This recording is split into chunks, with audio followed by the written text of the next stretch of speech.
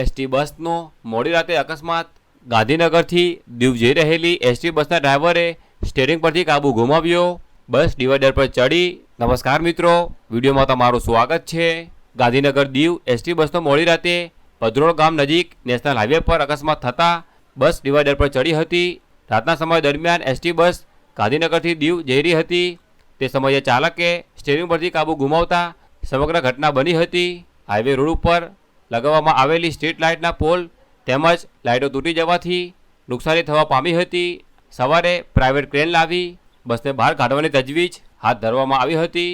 હાલ તો કોઈપણ જાનહાનિના અહેવાલ મળ્યા નથી. અકસ્માતમાં એસટી બસને મોટા પ્રમાણમાં નુકસાન થયું છે.